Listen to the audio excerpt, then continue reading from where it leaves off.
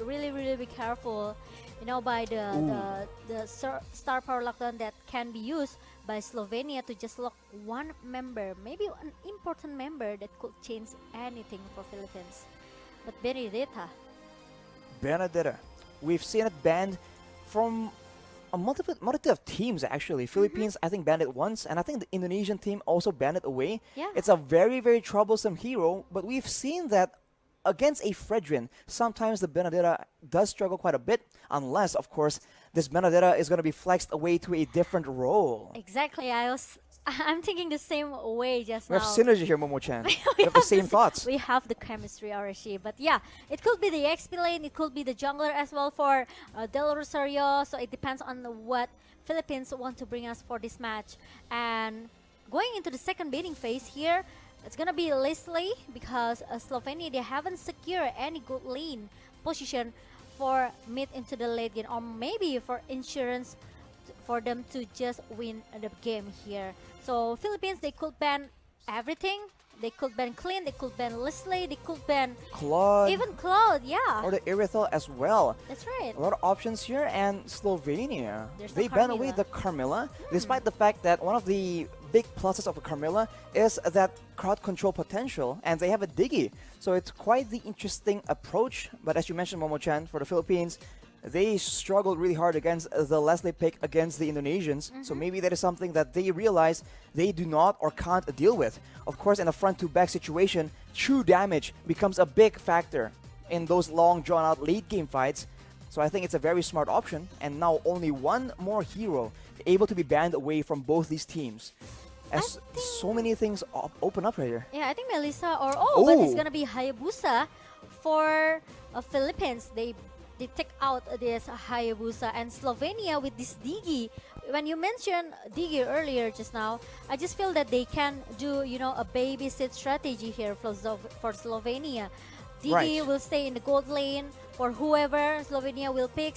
Either is gonna be, Melissa, either is gonna be Clean maybe. You don't know. It could be, still using the same baby set strategy because they have Digi. With the poke damage from the alarm bomb, remember? Right. I mean, that babysitting strategy is very obnoxious to deal with. It almost allows your gold lane to have a guaranteed lane. And in the current meta, the gold lane is a reliable source of DPS. And so shutting down your opponent's DPS usually leads to very, very solid results in the mid to late game. But the final ban for Slovenia is the Martis. So they are not convinced that this Benedetta is going to the jungle. But Philippines is hovering over a Rafaela, and they lock it in. Wow, I really love, how these Smart. two support meta from Philippines. But Freya, as a shadow pick for Slovenia, it's very interesting. Really? Even maybe we didn't see much a country such as Slovenia or maybe like Namibia who played in the previous match, but they always come with a unique pick here. This is what I like from another countries between the other South Asia. regions. Yeah, the other regions. They always comes up with a very, very unique draft, and I just cannot wait for who's gonna be the last two picks for Slovenia. Is it gonna be Freya? They're hovering There for so you long, and go. they actually lock it in. Papa and Koopa and a Freya. This might be the first time I've seen a Freya in an actual high-tier competitive game. This is insane. As I'm going to mention though, the Rafaela pick is so smart because now, yes, they can't really catch the Digi, but if the Digi can't really if the Philippines can't crowd control because of the Digi, they can chase with that movement speed. So that is a solution. What? That is a Granger though. It's a Granger jungler for Philippines for Del Rosario, and they are going to play 2 support and 2 marksman at the same time. Wow, Philippines! This is something special, something we haven't seen. And if any team can make it work, I think it's the Philippines. Because right now, with this composition, if you don't pay attention to your positioning and your formation when you're moving around the map, it's going to be very, very dangerous for these squishy marksmen, right? Yeah. So the Philippines are well known to be able to do that, to position well, to kite back or chase very efficiently and very calculatively. So I think this is a great opportunity for us to see if this composition, this strategy can actually work out. And especially, I really like that Granger pick for Philippines because we know Granger, he has enough base damage actually, the basic damage in the early, so it can Right. give it a little bit pressure. Maybe it cannot, not 100% can shut down the member of Slovenia in the early game, but at least it can give more poke damage. So it will make some time for Slovenia to just recall and going back to the base. We'll have to see. Will the Granger poke way too hard for Slovenia to deal with?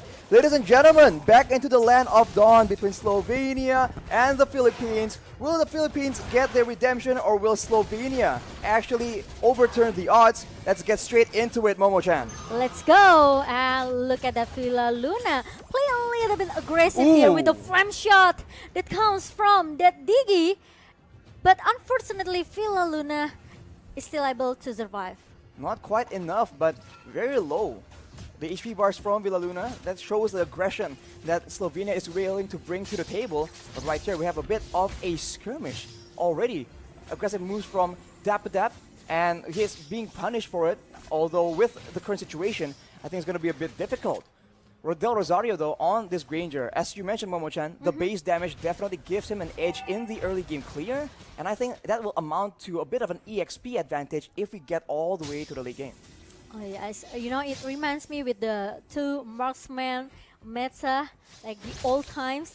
Good I old think like times. I think like season, I don't know, MPL season 5, 6, 5, I think 4 maybe. 4 even. Yeah, it was very long time already, but we will see. The Philippines, they are Ooh. very confident with this strategy, and Bonnie needs to go back with the Ooh, Desonata Flicker, actually yes. sets up that kill, and they're not done just yet. 4 members right under the turret, and Bonnie will be the main target, and he will get taken out. This is the Philippines with the superior rotations, having 4 against 1. Uncharacteristically, but the turtle seems to be targeted by Slovenia instead. Yeah, I think Slovenia, they want to get this. They have to get this turtle though. Meanwhile, oh, Padap is gonna be the target that can be taken down by Slovenia because he tried to contest it 1 versus 3. Tries to make the outplay happen there from Dap, but it won't be enough.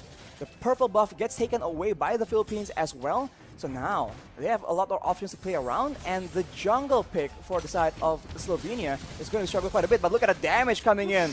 That is a lot of damage, and it will be secured as well. Pure aggression coming in from the side of the Philippines. There's the Death Sonata almost eat Clyde alive, but Clyde's still able to survive and still able to recall, going back to the base right now and try to reset it everything. Meanwhile, Dapadup, I think he needs to, you know, trying to clear the lane as soon as possible because we know how long Fredrin to clear the lane, right? So Padap actually he has the advantage here. So if he wants to make the rotation, I think it's gonna be easy for the Padap. And Bonnie, Ooh. it's gonna be the prior target here from Philippines because they know how strong Popo Cooper, right? Into Exactly. the mid and the late game situation. In the meantime, on the other side of the map, Dap has a lot of mobility to survive from these ganks. So we talked about how the Diggy might be used for a babysit strategy, but Bonnie is not having a good time at all. And in the mid side, Time Journey has been popped up, and now that won't be available for any of the members. It is actually a stolen one used by Imam on the mid lane. The Philippines are going hardcore on this top side. Yeah, I think they want to play really fast just by, you know, get all the objective as soon as possible for Philippines. They don't want to drag this game into the late game. You know how scary Freya as well into the late game, right? He could be very strong. He could be the front liner for Slovenia as well. Sure, fight starts to break out. The Philippines are going in, but you can see the first victim is going to be Clyde on the Diggy. It's a double kill for Sorano. That will be Nissan falling down in the same time, and the purple buff yet again is denied away from the hands of the Slovenians. Yeah. And just like that, Nibu's passion in the mid side, the pressure, the wave management from the Philippines is benefiting them so much. Yeah, we didn't see much maybe war between these two teams because Philippines, they want to play really objectively right now, and Slovenia, most of the draft here are going into the mid until the late game, right? Like this Freya, but look at that. Del Rosario trying to a little bit forcing himself in the mid lane. doing a lot of damage. Clyde nearly gets taken out, but look at the flank coming in from Arakiel. This will benefit them so much. That is Del Rosario taken out. Disaster as the next target is going to be Villaluna. She makes it out alive from that situation though, but the Sorano, double kill. And actually continuing with that Nibiru. That's a lot of damage. You have to see the items right here, but they are still not done just yet. The snipe is used, but it will connect. That is a monster kill for Sorano. And the Philippines are able to take out 3 members for the price of none, I believe. It looks very, very comfortable for Philippines. Like, if they keep their tempo like this, not trying to forcing themselves too much, I think they still can get this game.